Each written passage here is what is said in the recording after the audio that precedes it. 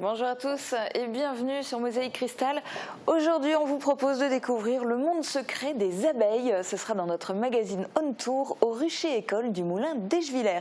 Mais avant cela, on fera le point sur le plan climat air énergie de la communauté de communes du Pays de Bitche. Le vice-président Marcel Vogel est là pour en parler. Bonjour. Bonjour. Et merci de participer à cette émission. On donnera aussi la parole aux internautes et c'est Marie-Morgane qui s'en chargera. Coucou. Salut.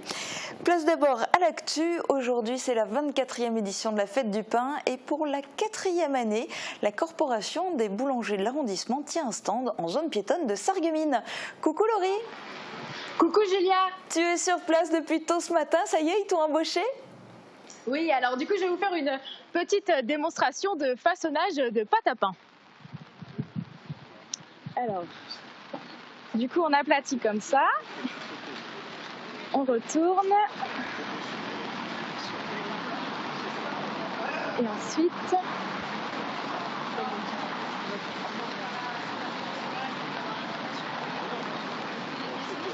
voilà, bon, il n'est pas très beau, en même temps, c'est pas mon métier, mais donc c'est ce genre d'animation qui a été proposée du coup ce matin sur le stand. Donc une dizaine de boulangers de Sourtes, Bérental ou encore Sarreguemines proposaient leurs produits aux clients. Donc la plupart de ces produits étaient élaborés avec de la farine du moulin de Sarralbe, mais aussi des petits producteurs locaux. Donc le pain, il faut savoir que c'est un aliment qui est très consommé par les Français, même le plus consommé, on va dire. Et donc du coup, il existe de plus en plus de types de pain, comme ceux riches en fibres par exemple, ou encore ceux pour les régimes sans gluten. Donc pour faire attention à sa santé, il faut que le pain soit fabriqué avec des produits de qualité.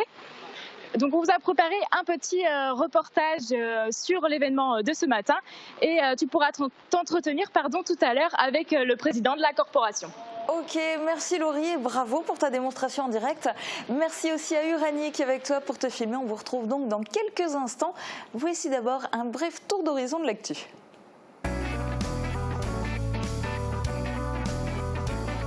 Un gagnant toutes les semaines, toute l'année, c'est chez Best, votre centre commercial à Paris-Bersvillers. Thierry Tournat, le directeur de la maison d'arrêt de Sarreguemines, quitte son poste ce mardi. Il a occupé ici son premier poste en tant que chef d'établissement. Arrivé dans un climat conflictuel en septembre 2017, il a œuvré pour renouer le dialogue avec le personnel. En moins de 2 ans, il a pu lancer de nombreux projets pour améliorer la vie en détention. Avant de partir, il a également travaillé sur un projet d'agrandissement de la maison d'arrêt qu'il espère voir se concrétiser. Du matériel communal stocké à droite à gauche. Ce ne sera bientôt plus le cas à Sirstal. La commune va ériger un atelier municipal. Cela lui permettra de rassembler tracteurs, selles de déneigement et toutes les autres choses dont Sirstal a besoin. Les travaux pour bâtir ce nouvel édifice rue de Lambar doivent commencer en juillet. Bitche recherche des jeunes talents. L'école de musique prépare sa fête qui aura lieu le 15 juin à Reyersviller. Que vous soyez chanteur ou instrumentiste, que vous soyez en solo ou en groupe, vous pouvez vous inscrire pour participer à cette fête.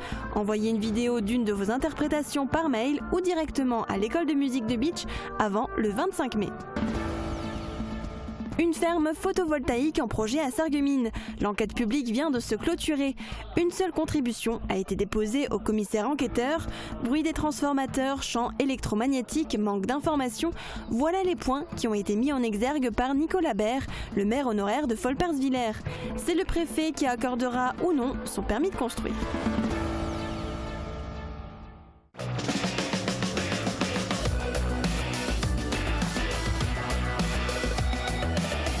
Les crèches de l'Agglo éveillent la petite enfance et facilitent la vie des actifs. On parlait de ferme photovoltaïque à l'instant. Alors pour une ferme photovoltaïque, mieux vaut du soleil, ce qui n'est pas top en ce moment, sauf demain. Regardez les prévisions de Météo France.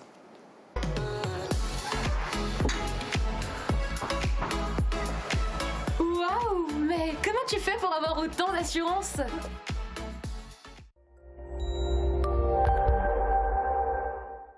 Demain, le soleil va briller toute la matinée, le ciel se voilera ensuite en fin d'après-midi. Les températures seront comprises entre 6 et 8 degrés le matin et les maximales seront comprises entre 18 et 21 degrés. Demain, nous serons le mercredi 22 mai et nous fêterons les Émiles. Le soleil nous accompagnera de 5h40 à 21h16. L'image du jour nous est envoyée par Charles Schaeffer. On peut y voir l'étang de Donnenbach à la Petite Pierre. Merci à vous pour cette belle photo et n'hésitez pas vous aussi à nous en envoyer par mail ou sur notre page Facebook. Comment tu fais pour avoir autant d'assurance? C'est parce que j'ai toutes mes assurances au Crédit Mutuel. Et ça me libère. Assurance et prévoyance avec le Crédit Mutuel, ayez l'esprit libre. 100 fois, 1000 fois, je vous ai renvoyé la balle. Fermap, des portes de garage sécurisées pour vous. Il est l'un des principaux symboles de la France. Le pain est consommé par 98% des Français.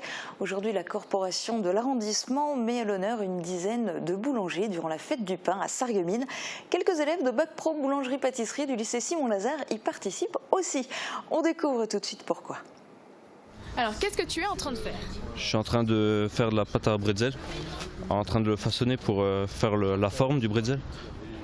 Cette pâte est bien évidemment fausse pour une question d'hygiène, mais le savoir-faire est identique. Pour la fête du pain, 4 élèves du lycée Simon-Lazare effectuent des démonstrations. Je trouve que c'est une bonne expérience à avoir, faire découvrir aussi un savoir aux gens qu'il y a autour et leur montrer que la boulangerie, c'est pas que travailler du pain, mais il y a plein d'autres choses autour.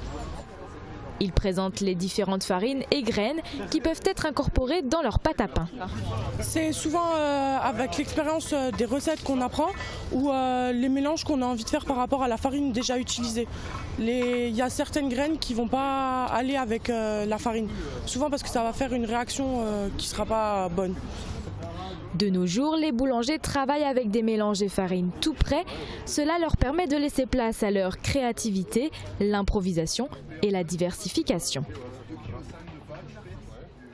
On est maintenant en liaison en direct avec le président de la corporation des boulangers de Sarreguemines Beach, Sarralbe. Julien Frelich, bonjour. Bonjour à vous. On l'a vu dans le reportage, être boulanger, ça demande un certain savoir-faire. Est-ce que c'est important de se diversifier ?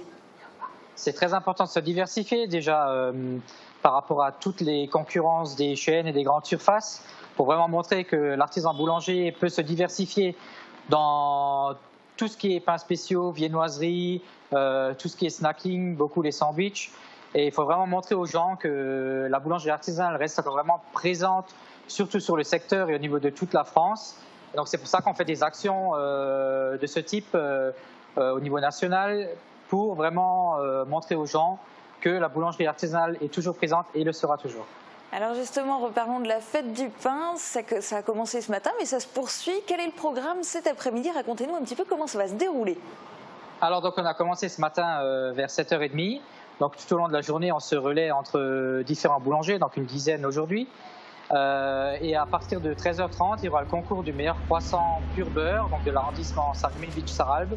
Il y aura une équipe de jury, 5 jurys, et il y aura à peu près 8 participants. Et donc sur ces croissants, on regardera l'aspect visuel, le croustillant, le goût. Donc tout sera noté et à la fin, il y aura un gagnant. Et puis voilà. Et alors ce gagnant, d'avoir gagné ce concours, ça va lui rapporter quoi ? Alors en général, les gagnants de concours, même ceux qui sont sur le podium, ont toujours une retombée commerciale. Donc on compte toujours entre 10 et 20% quand même sur le produit qui a eu le prix. Donc c'est quand même pas négligeable pour un boulanger, un artisan boulanger, d'avoir de telles retombées sur une baguette ou une vente de croissants.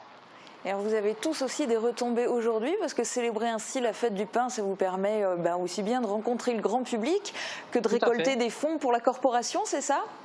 Oui, donc on récolte des fonds pour la corporation. Donc on a nos partenaires qui nous suivent toujours, notamment aujourd'hui les Moulins de Sarralbe. Et avec ces fonds-là, on fait des campagnes de communication sur l'apprentissage, sur différents pains spéciaux, suivant les thèmes nationaux qui sont mis en place, la baguette de tradition, etc. Et il nous est déjà arrivé aussi de faire des dons, de matériel pour les CFA où il y a nos apprentis pour apprendre le métier de boulanger. D'accord. Eh bien, merci beaucoup Julien Fröhlich d'avoir été en direct sur Mosaïque Cristal et puis bien sûr, bonne fête du pain. Merci, bonne journée. Parlons maintenant de l'Europe. À quelques jours des élections européennes, les défenseurs de l'Union européenne se font entendre. Ce week-end, ils se sont rassemblés sur le pont de l'amitié entre Groß-Biedersdorf et Klein-Bittersdorf. L'objectif de cette rencontre entre europhiles, faire entendre une autre musique que celle jouée à longueur de journée par les eurosceptiques. Reportage de Thomas Drouin sur des images de Bernard Lange. Brinque-ballé par le vent et les intempéries, ce ballon à l'effigie du drapeau de l'Union européenne pourrait représenter les institutions bruxelloises, luxembourgeoises et strasbourgeoises. Une Union européenne que les participants à la fête organisée à Groß-Biedersdorf samedi souhaitent toutefois défendre envers et contre tout, y compris la pluie.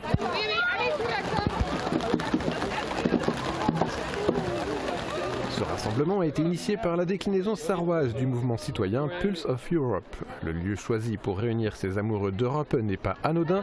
La passerelle de l'amitié entre Klein-Bittersdorf et Groß-Biedersdorf symbolise à l'échelle locale l'esprit européen dont le maire de la commune française se fait le premier défenseur.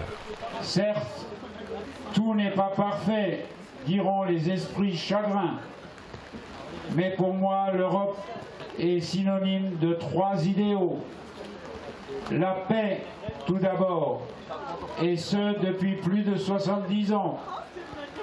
La liberté, ensuite, celle d'aller et venir dans cet espace de fraternité. Et la culture commune.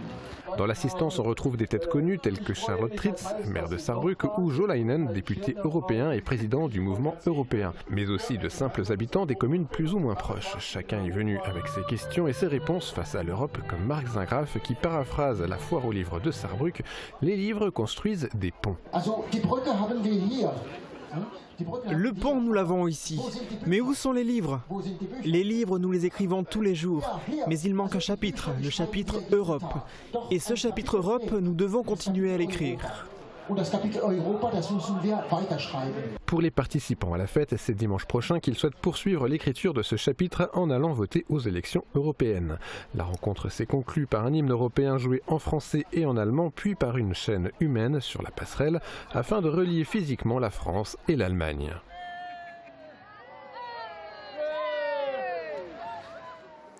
L'enquête publique n'a pas déchaîné les passions. Une seule personne est venue déposer un avis au commissaire enquêteur au sujet du projet d'implantation d'une ferme photovoltaïque à Volperswiller. Guillaume Dumonteil nous en dit plus. Cela s'appelle avoir du flair. Sur ces images, vous apercevez l'unique personne venue déposer un avis, Nicolas Baer, le maire honoraire de Volperswiller. En tant que riverain, il a fait part de ses inquiétudes au commissaire enquêteur en ce qui concerne le projet d'implantation d'une ferme photovoltaïque à Volperswiller.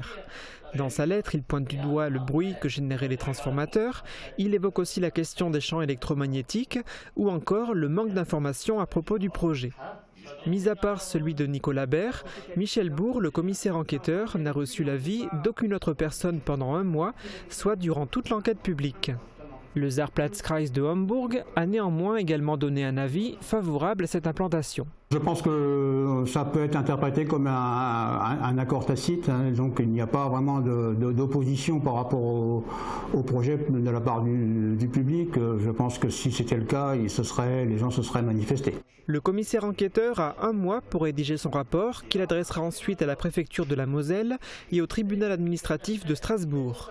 Michel Bourg aura le choix, il donnera soit un avis défavorable, soit un avis favorable avec réserve, soit un avis favorable. La décision finale appartiendra ensuite au préfet qui accordera ou pas le permis de construire à Total Solar qui souhaite implanter une ferme photovoltaïque à Volperswiller, une structure de 8,7 hectares susceptible de produire 5,2 gigawattheures par an. Gros changement à la tête de la maison d'arrêt de Sarreguemines. Thierry Tournat s'en va vers de nouveaux horizons. Il va prendre la direction de la maison d'arrêt de Belfort. Un rapprochement familial bienvenu pour lui, mais qui intervient plus tôt que prévu. En poste depuis le 11 septembre 2007, Thierry Tournat était arrivé avec des idées et des projets plein la tête.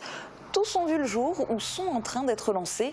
Concernant les réalisations en direction des détenus, il y a eu l'organisation de séances de sport collective avec 3 séances hebdomadaires de foot en plus de 4 séances de musculation, l'augmentation du nombre de parloirs pour les détenus condamnés, la création de forums pour l'emploi et pour la formation, la mise en place de 3 formations professionnelles qualifiantes dans le milieu du bâtiment, l'agrandissement du préau de la cour de promenade, la réfection des parloirs et la création d'un box de parloir pour personnes à mobilité réduite.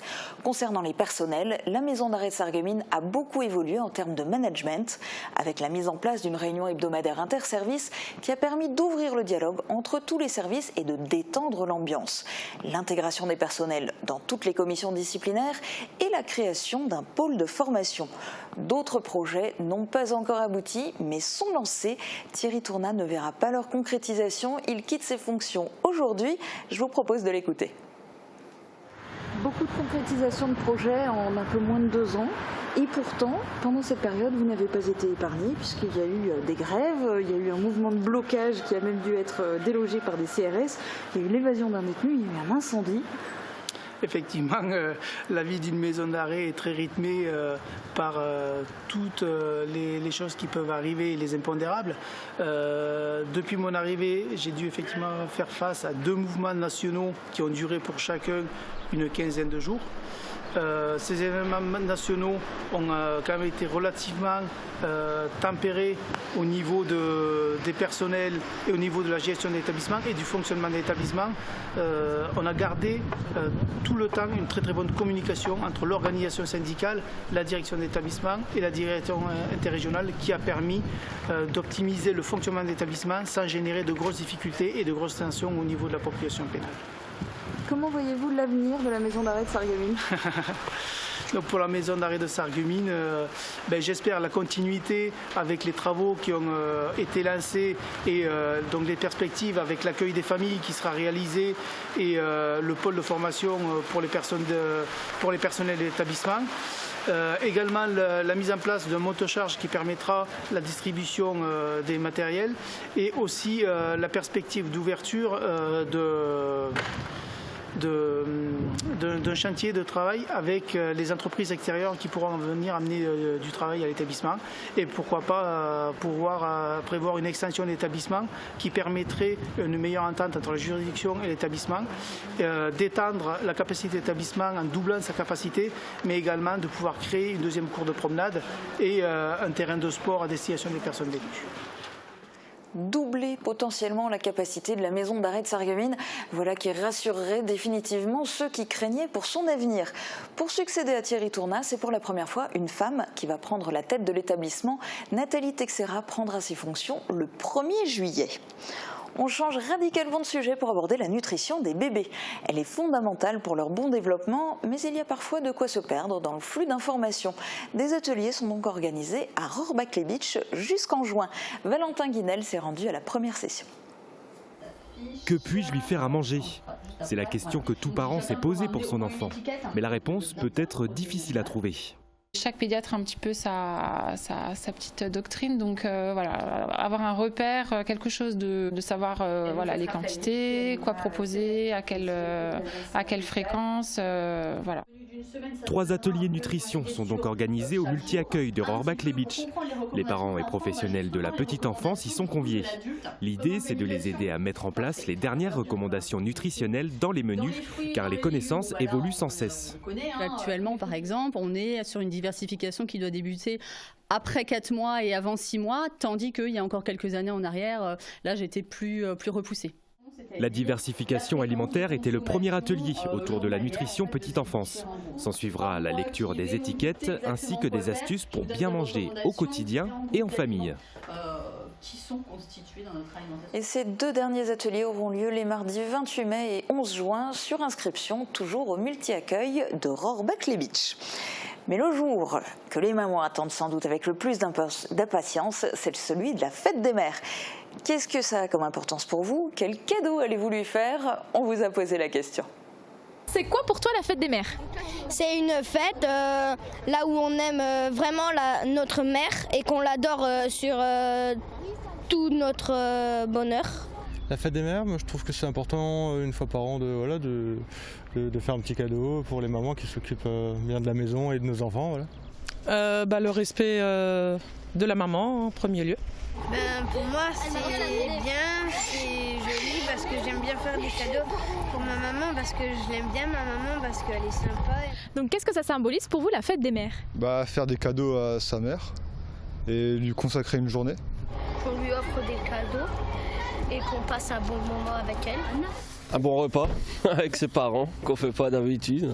La fête des mères, c'est pour remercier sa mère pour tout ce qu'elle fait pour nous. C'est un moment où on offre quelque chose à maman pour lui faire plaisir. Et on fait des choses à l'école pour les mamans. Et qu'est-ce que vous allez lui offrir à votre maman? Elle aura des fleurs et sans doute un petit bijou aussi. Des cadeaux. Et quoi comme cadeau? Les cadeaux qu'on a fait à l'école. Je pense à un bouquet de fleurs ou des bijoux, un truc comme ça. Un collier déjà qu'on a fait à l'école et une lettre et du parfum et un dessin. Des lettres et des trucs avec de la pâte, mais je sais pas trop qu'est-ce que c'est. Le classique des fleurs, et peut-être un portrait du petit. Ça, je sais pas encore, c'est une surprise. Des roses ou des fleurs, je sais pas. Il y a tellement de possibilités d'offrir. Un beau collier, un poème. Alors si vous voulez vous adresser à votre maman, vous pouvez le faire à la caméra. Oui, maman, je t'aime. C'est pour te dire que je t'aime bien et que je vais t'offrir plein de cadeaux. C'est que j'aime de tout mon cœur. J'aimerais bien le jour de ta fête qu'à Europa Park, on soit bien et qu'on fasse beaucoup de manège ensemble. Dans un instant, Marcel Vogel va nous annoncer les prochaines étapes du plan climat-air-énergie de la CCPB, puis on ira à la rencontre des abeilles. A tout de suite.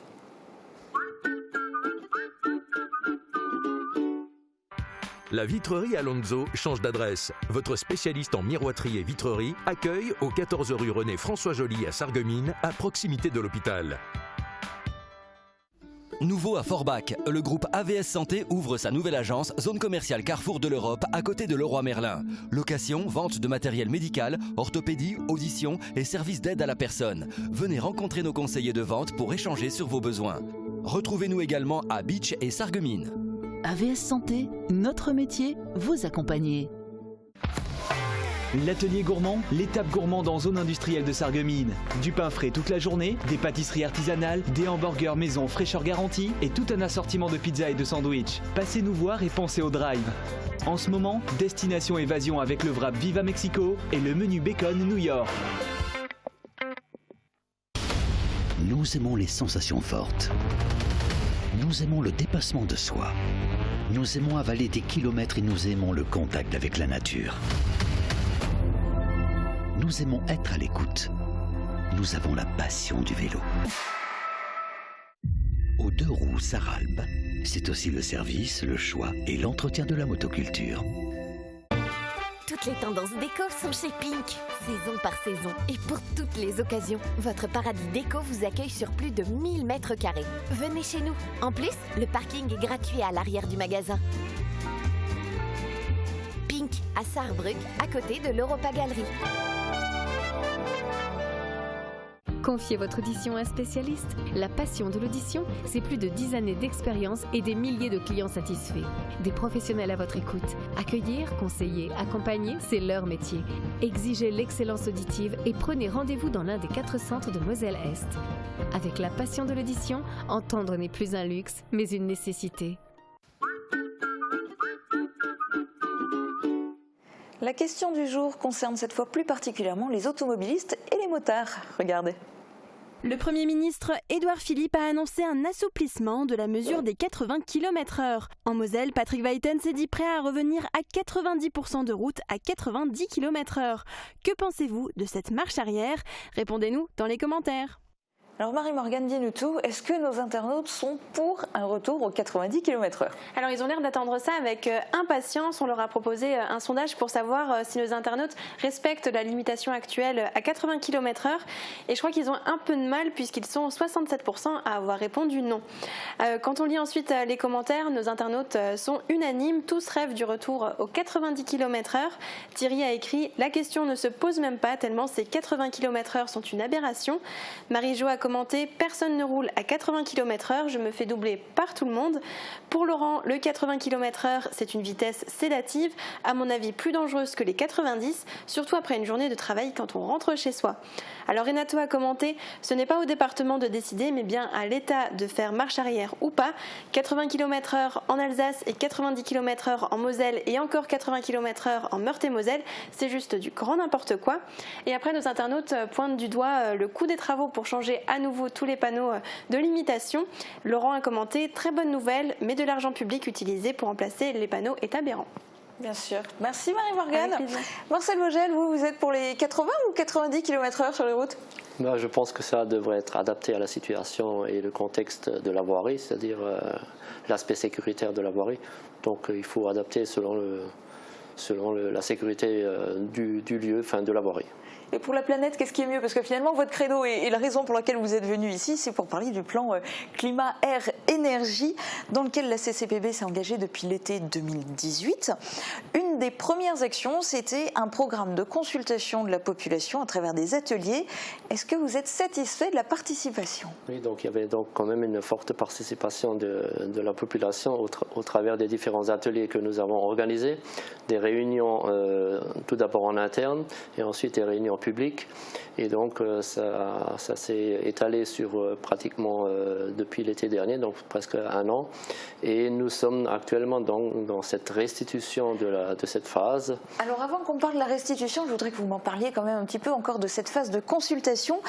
Vous dites qu'il y a eu beaucoup de participants. Est-ce que du coup il y a eu beaucoup de commentaires de leur part, beaucoup d'apports, de contributions et de qualité? Oui, il y a quand même eu pas mal de remarques, d'observations, et certains ont même déjà exprimé à l'avance quelques idées. Donc nous avons donc tout enregistré et mis ça en forme pour pouvoir le présenter. Et alors dans les grandes lignes, quels sont je dirais les premiers constats qui ressortent de cet état des lieux, puisqu'il s'agissait pour le moment de dresser un état des lieux? Oui, l'état des lieux a fait quand même ressortir quelques points particuliers, c'est-à-dire que le territoire du Pays de Bitche a ses forces et ses faiblesses, donc il s'agissait vraiment de cibler tout cela au travers de ces observations. Donc on a vraiment enregistré toutes ces observations. Alors suite à cette consultation publique, vous le disiez, vous organisez maintenant une restitution publique. Ce sera mardi 4 juin à 18h30 à l'espace Cassin à Bitche. Concrètement, ça va se passer comment? Qu'est-ce que vous allez dévoiler aux gens? On peut avoir un peu un aperçu? Donc on a vraiment la restitution complète sous forme de synthèse, bien sûr, parce qu'il y a un nombre important de données, et donc il y a vraiment une synthèse complète de toutes ces données qui vont être présentées par notre bureau d'études qui se charge de cela, bureau d'études Alter Eco, et notre chargé de mission, Laurent Andros, de la communauté des communes, qui va présenter toute cette synthèse. Ok. La prochaine étape ensuite pour la CCPB, ça va être d'élaborer une stratégie et un plan d'action. Est-ce que vous avez défini les grands axes, les priorités pour la communauté de communes du Pays de Bitche? Alors nous avons abordé en interne déjà quelques pistes, mais avant de les publier, nous aimerions que la population, justement là, le 4 juin, contribuent à ce plan d'action au travers de leurs remarques et de leurs observations qu'ils vont faire. Mais même s'ils ne sont pas encore décidés, quels pourraient être les grands axes? Quels sont un peu les créneaux prioritaires ou a priori qui sautent aux yeux? Les créneaux prioritaires, je dirais plutôt sous forme d'exemple, ce que la communauté des communes a déjà fait, en parlant de la chaufferie communautaire, en parlant de la récupération de chaleur que l'on va faire à Meisenthal. Donc sous forme de ces pistes-là qu'on va engager cette stratégie donc, pour élaborer notre piste d'action. Donc les actions essentielles vont être présentées vers la fin de l'année. Et donc il s'agit entre aujourd'hui et la fin de l'année de trouver vraiment des cibles précises et qu'on pourra présenter vraiment à l'automne notre plan d'action avec un calendrier qui s'étalera sur 6 ans parce qu'on ne peut pas faire tout de suite et donc il faut vraiment réfléchir à l'ensemble des actions sur un calendrier. Ça concernera forcément les domaines qui sont de la compétence de la CCPB ou bien est-ce qu'il y a aussi des actions qui peuvent être menées directement par des particuliers et avec peut-être du coup un coup de pouce? Oui, donc il y a tout un ensemble de pistes qui peuvent être menées soit par la communauté des communes, soit par les habitants ou des associations ou même des entrepreneurs. Est-ce qu'il y aura des aides? Est-ce que la CCPB a fixé un budget pour ce plan climat? Non, le budget n'est pas encore fixé, mais c'est une stratégie disons un objectif que la communauté des communes devra vraiment élaborer et mettre en place en même temps que le plan d'action. Oui, parce qu'en fonction de ce que vous allez décider de faire, par exemple, là c'est déjà en cours, mais récupération du système de chaleur à Meisenthal ou bien chauffe-frigo à Bitche, tout ça, ça coûte cher évidemment, et donc selon les projets, il va falloir pouvoir débloquer des fonds. Il faut débloquer des fonds, bien sûr. Donc il y a des pistes d'action, je vais peut-être me lancer un peu trop tôt, mais on sait qu'au niveau du document d'urbanisme, la communauté des communes a élaboré une stratégie éolienne. Et on pourrait imaginer que des retombées financières des implantations d'éoliennes au travers des retombées fiscales, que ce soit pour les communes ou l'intercommunalité, que ces fonds soient redistribués sur les territoires au travers des différentes actions, que ce soit économique, touristique et transition énergétique. Sauf que pour cet exemple précis, à la limite, je dirais ça tombe mal, le préfet vient de dire non, par exemple, aux éoliennes d'Erchin.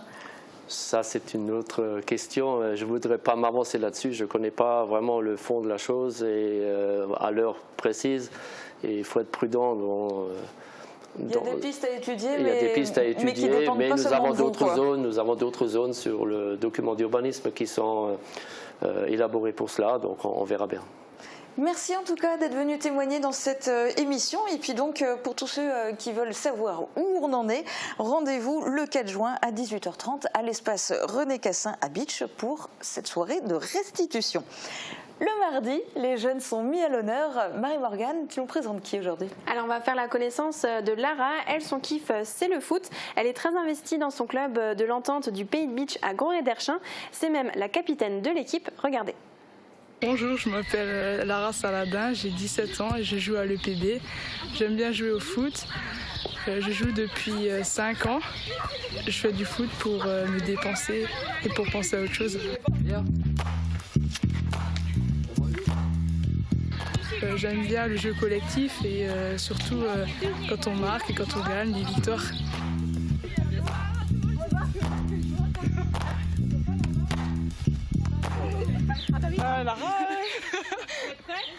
Merci Lara. Et si toi aussi tu veux participer à notre rubrique C'est mon kiff pour nous parler de ta passion, tu peux nous envoyer tes vidéos par mail ou via WhatsApp au 06 81 82 40 33.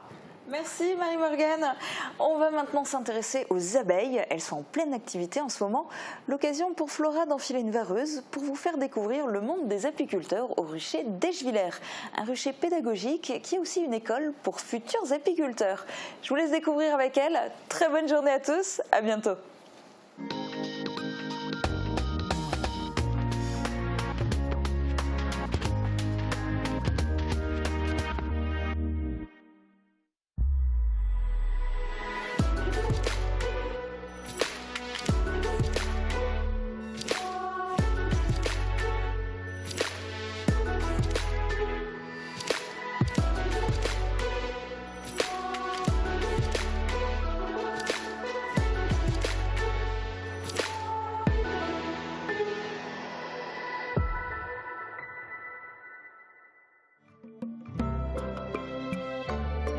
Bonjour à tous, nouvelle semaine et nouvelle immersion. Aujourd'hui, On Tour vous emmène à la découverte des abeilles et des apiculteurs bien sûr. Et ça se passe ici, au moulin d'Eschviller.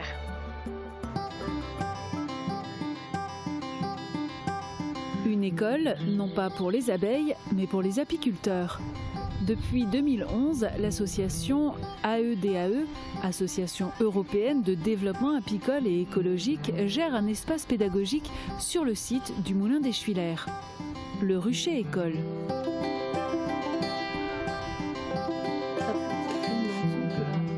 Le bâtiment comprend plusieurs espaces, un local technique au sous-sol et une scénographie à l'étage qui explique la biologie de l'abeille et son rôle fondamental dans notre écosystème. On y découvre aussi le travail des apiculteurs.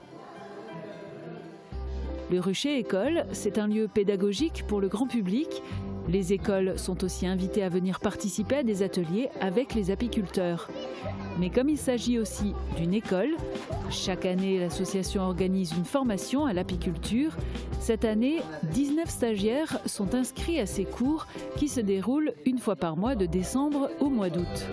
Si vous voyez qu'il y a trop de nourrissement, il faut sortir des cages que vous mettez de côté, que vous gardez. Aujourd'hui, c'est la 6e séance de travail. Dehors, il fait un peu froid pour les travaux pratiques. Même en pleine période d'essaimage, pas question d'ouvrir une ruche lorsqu'il ne fait que 10 degrés. Il faudra donc attendre 2 jours pour procéder à la division des ruches. Division, essaimage, voici quelques-unes des notions importantes à connaître pour un apiculteur. C'est le sujet du cours d'aujourd'hui et les 3h30 de formation ne seront pas de trop pour bien intégrer la marche à suivre sur le terrain.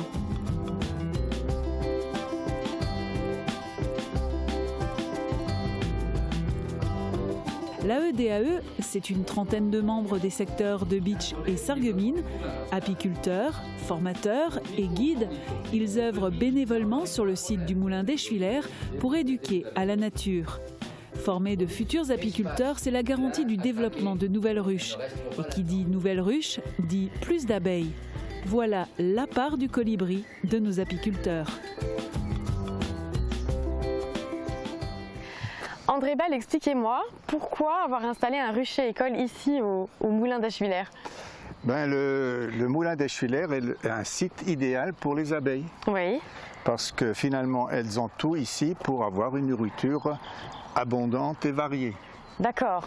Par exemple, au printemps, elles ont le colza, oui, qui n'est pas loin d'ici. Ensuite, elles ont aussi le verger, qui se trouve plus haut. Ouais. Et elles ont surtout aussi de l'eau, parce qu'il faut beaucoup d'eau pour élever les jeunes abeilles. Elles ont également la forêt. Oui. Et tout est réuni, tout est réuni. Ce qui est important pour les abeilles, c'est avoir une nourriture abondante et variée. Alors l'idée, c'est de former notamment des apiculteurs. Oui. Comment ça fonctionne? Alors, ça fonctionne de deux façons. Enfin, on forme des apiculteurs jeunes ou moins jeunes. Alors, on a un samedi par mois. D'accord, de formation. À partir du mois de décembre jusqu'au mois d'août. Et il y a beaucoup de monde qui s'inscrit? On a toujours beaucoup de monde. Hein. On a à peu près une vingtaine de personnes chaque fois. Ah oui. Au départ, on se dit on n'aura personne, hein, parce qu'il faut payer un peu, on a un petit prix. Mais là, on a toujours beaucoup de monde. Ah, comme quoi. Ouais, ouais. Ah. Et alors, bon, en hiver, on fait la formation théorique et en été, on fait la formation pratique. Est-ce que les abeilles, concrètement, elles arriveraient à s'en sortir sans les apiculteurs? Ah ben non, vous savez, sans les apiculteurs, il n'y aurait plus d'abeilles. Ah oui? Parce que depuis 1980, il y a en France, et d'ailleurs dans toute l'Europe maintenant, un petit parasite qu'on appelle le varroa. C'est une petite abeille d'un millimètre, de la taille d'une tête d'épingle. Et ce varroa, il suce le sang, l'hémolymphe des jeunes abeilles. Et ces jeunes abeilles sortent de leur alvéole complètement atrophiées. Et elles meurent, donc elles ne peuvent plus servir à la vie de la ruche. Ah oui, donc le rôle de l'apiculteur, c'est aussi d'aider à la préservation. Voilà. Alors, dans le temps, avant 1980, l'essaim qui partait d'une ruche, elle allait dans un arbre creux et elle faisait sa vie. C'est-à-dire, elle prospectait, elle faisait d'autres essaims, parce que l'essaim, c'est en quelque sorte la reproduction naturelle des abeilles. Alors, à l'époque, bon, il n'y avait pas le varroa. Maintenant, avec le varroa, quand un essaim part et va quelque part en forêt ou derrière un arbre, enfin derrière un volet ou quelque chose comme ça, ben, au bout de 3 ans, il est mort. Donc, s'il n'y a plus d'apiculteurs, pour lutter contre le varroa, pour éviter qu'il ne prospère trop, ben, il n'y aura plus d'abeilles. Les abeilles disparaissent. Tout simplement. Ah oui, effectivement. Ici, au rucher abeilles, donc vous récoltez du miel, hein, forcément. Oui. Où est-ce qu'il va ce miel? À qui il est destiné? Qui c'est qui le mange en fait? Bonne question. Alors ici, au rucher d'abeilles, enfin au rucher du moulin, ce n'est pas un rucher de production. D'accord. Parce qu'il est surtout utilisé pour les stagiaires. Oui. C'est-à-dire en été, on ouvre souvent le rucher. On le rouvre, on le ferme, et puis ça, les abeilles n'aiment pas. Parce que lorsqu'on ouvre un rucher, il faut à peu près 3 jours pour qu'elles se remettent un peu de nouveau au travail. Elles sont trop perturbées. D'accord. Donc la production ici est un peu faiblarde. Mais quand même, on a quand même une petite production qu'on donne, enfin qu'on vend à la boutique, du moulin. Génial. Et aussi aux jeunes stagiaires. Ah bah oui, c'est une petite récompense quand même. Voilà. On est d'accord.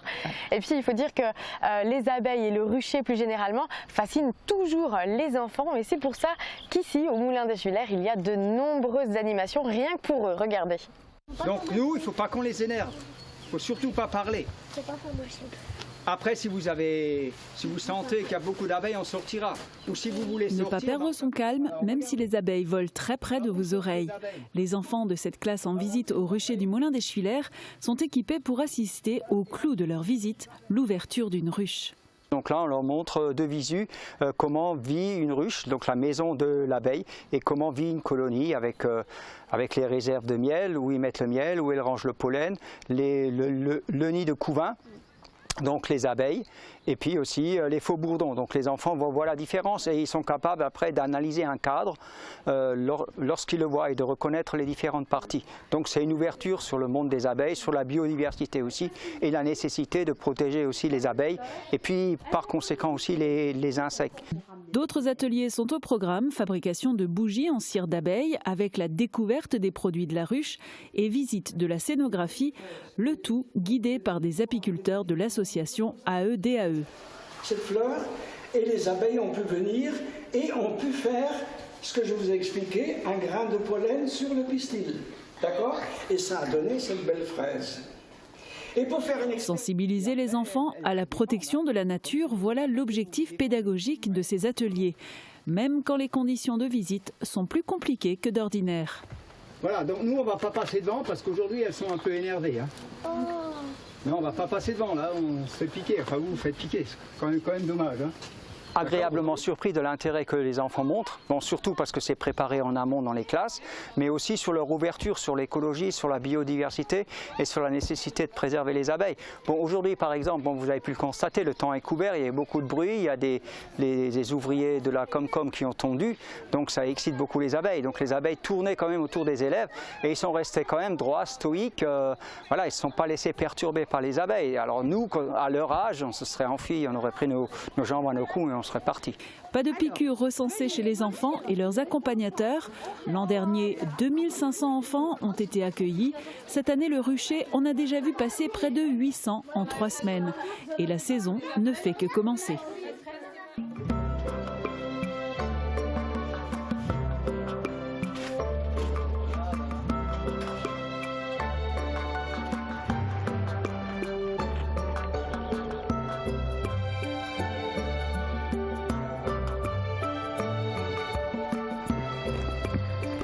On arrive aux ruches. Donc on arrive aux ruches.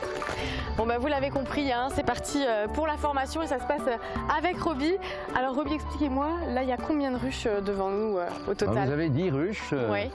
Et vous avez 5 petites ruchettes qui sont de futures ruches, qui sont coincées entre les ruches.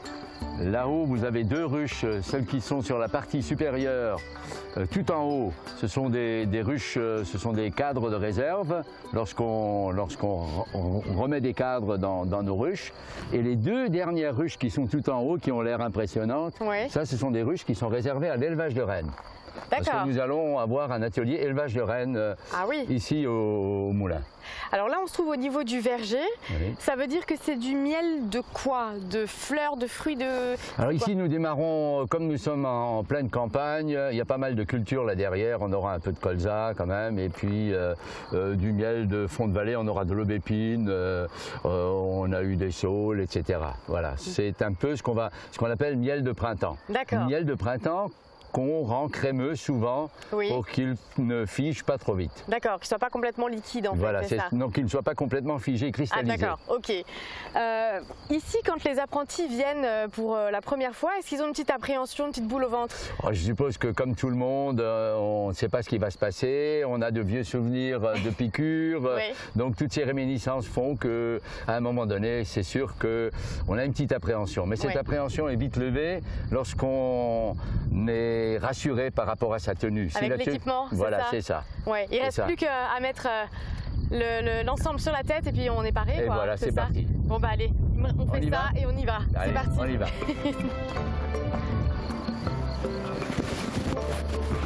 D'accord, attends, je t'aide. Oh, je suis coincée avec mes cheveux, c'est bon. 2 secondes.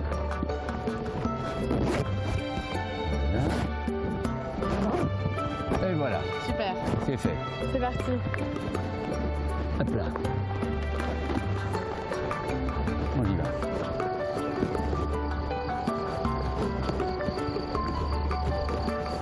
Donc nous allons ouvrir cette ruche-là. La ruche numéro 9. Ok. On enlève le toit. Ok. Et on a un enfumoir avec nous, c'est ça? On a un enfumoir avec nous. Elles vont pas aimer ça? Elles vont aimer ça. Si tu me donnes le lève-cadre, alors tu vois, après toi tu feras le travail à ma place. Donc ici on a un couvre-cadre, un nourrisseur. Wow. Et là on a quelques abeilles dedans. Voilà. Ouf. On va les enfumer un tout petit peu. Tu peux te rapprocher, viens. Donc ici nous sommes dans ce qu'on appelle la hausse. Oui. Voilà, on va... Le lève-cadre, il a un petit levier qui permet de lever le cadre, ici, et ensuite, on pourra lever le cadre. Et maintenant, toi, tu vas pouvoir le prendre en main, tu le prends aux oreilles, vas-y, tu le prends aux oreilles et tu regardes le miel. Tu peux le montrer à la caméra, si tu veux.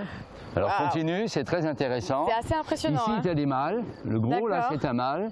Ici, tu as des abeilles. D'accord. Là, on a du pollen. Et là, tu as du miel tout frais. Ah oui, on voit, il est tout brillant. Voilà, qui est brillant. D'accord. Voilà, et donc, ce qui est jaune, c'est le pollen, en fait. Et ce qui est jaune, c'est qu'elles ont rentré du pollen dans la rosse. Ça, c'est la rosse, le grenier à miel. C'est assez impressionnant. Et elles restent dans le cadre, malgré que... Elles restent sur le cadre parce qu'elles sont en plein travail et que c'est tranquille. Voilà. D'accord. Donc ici, tu as les gros mâles, tu vois. Oui, ils sont beaucoup plus gros que les... qu'on appelle des faux bourdons. D'accord.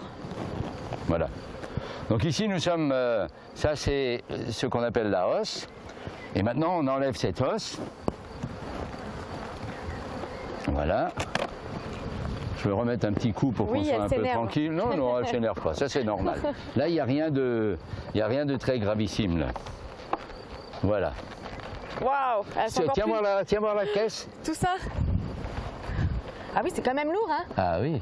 Ça veut dire qu'il y a beaucoup de miel, il y a beaucoup d'abeilles. C'est qu'il y a beaucoup c'est qu'il y a du miel et c'est qu'il y a des abeilles. Mais il y a surtout du miel. Là, par contre, elles sont beaucoup plus nombreuses qu'au-dessus. Voilà. Donc dans chaque allée, on voit très bien qu'il y a des abeilles. Ah oui, oui. Ça veut dire qu'elles sont très très nombreuses. D'accord. Elles sont très très nombreuses. Et elles sont très actives là, elles partent dans tous les sens. Elles partent, oui, parce qu'elles montent et elles redescendent, donc elles travaillent.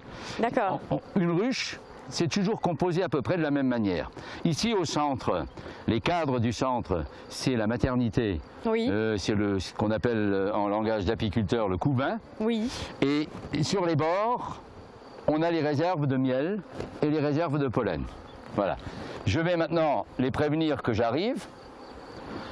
Ce n'est pas toujours nécessaire. Elles se cachent. Alors elles vont rentrer dans la ruche, elles vont se prendre un peu de miel au cas où il faudrait partir, voilà, par sécurité. D'accord, elles sont prévoyantes. Voilà. Après, elles savent aussi que Roby arrive parfois. Ah, elles vous connaissent. Elles me connaissent. Donc on enlève toujours des cadres qui sont des cadres de rive ici. Et donc ici, on est tout de suite dans du couvain. Ici, on est tout de suite dans du couvain. Mais combien il y en a là, par exemple? On sait à peu près? Alors ici, dans cette caisse-là, il y a 40 000 abeilles à peu près. Hein. Ah oui, d'accord. Voilà, à peu près. Et là, il y a hein. énormément de pollen par contre. D'accord. Alors ici, il y a du pollen. Si tu veux prendre le cadre, tu peux le prendre en main sans problème. Et tu le tiens bien aux oreilles. Voilà. Okay. Tu restes un peu au-dessus parce qu'il peut y avoir une reine qui se promène là-dessus. Tu le tiens bien. Contente. Voilà. Ouais. Alors je t'explique les choses simplement. Ici, tu as du couvain mâle. Ce sont les mâles qui sont là-dedans. D'accord.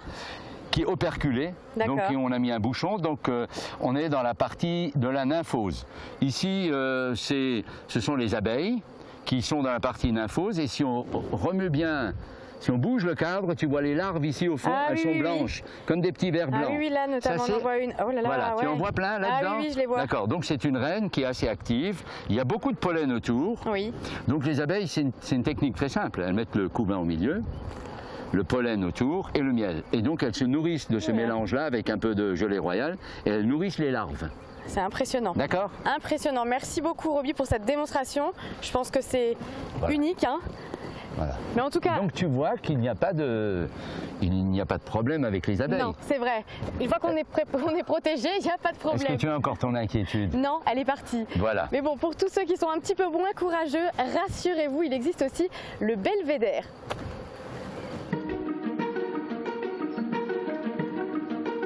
Abeilles en pleine activité, que se passe-t-il dans la ruche et autour? On vous montre tout au belvédère du rucher école. Ici ont été disposées 3 ruches, soit pas loin de 250 000 abeilles. Elles vivent là, sous les yeux curieux des visiteurs, façon Big Brother, version nature. Derrière une vitre destinée à protéger les visiteurs, on peut aisément observer les entrées des ruches, mais aussi la vie dans celles-ci. Mais n'imaginez pas voir la reine, madame est bien cachée au cœur de la ruche. Un couloir aménagé dans un tuyau permet aux abeilles de marcher jusqu'à l'entrée de la ruche, un outil d'observation efficace puisqu'il permet de voir les boules de pollen accrochées à leurs pattes. Le belvédère est accessible librement et par tout temps. Cela dit, s'il fait froid ou pluvieux, les abeilles restent bien au chaud dans la ruche et l'on a alors très peu de choses à voir.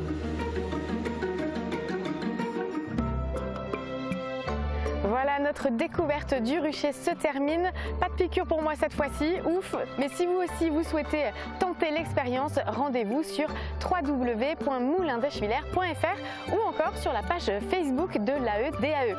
Allez, je vous dis à la semaine prochaine.